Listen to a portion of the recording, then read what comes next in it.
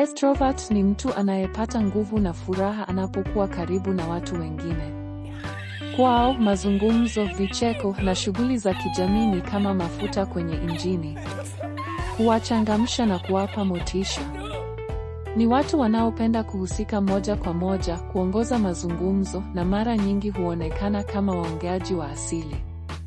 Extrovert anaweza kuanza mazungumzo na mgeni kabisa kwenye basi, supermarket au hata kwenye foleni ya benki, na kabla hujaelewa, tayari wameshachangamkiana kana kwamba ni marafiki wa zamani.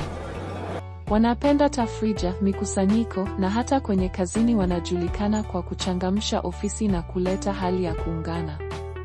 Hata hivyo, mara nyingine wanaweza kuonekana kama wanapitiliza, hasa kwa watu wa aina ya introvert, kwa sababu extrovert huchanganya ukimya na hali ya kutengwa au huzuni.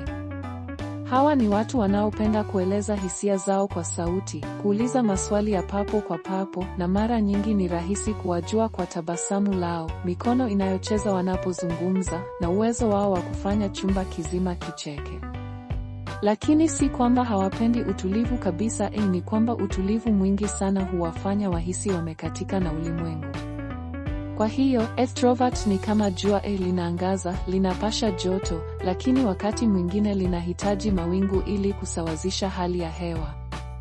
Na katika jamii yetu, watu wa aina hii huleta mwanga, msisimko, na ile hali ya a life of the party, lakini hata jua linapozama, bado lina mchango mkubwa katika mzunguko wa maisha ya kila siku.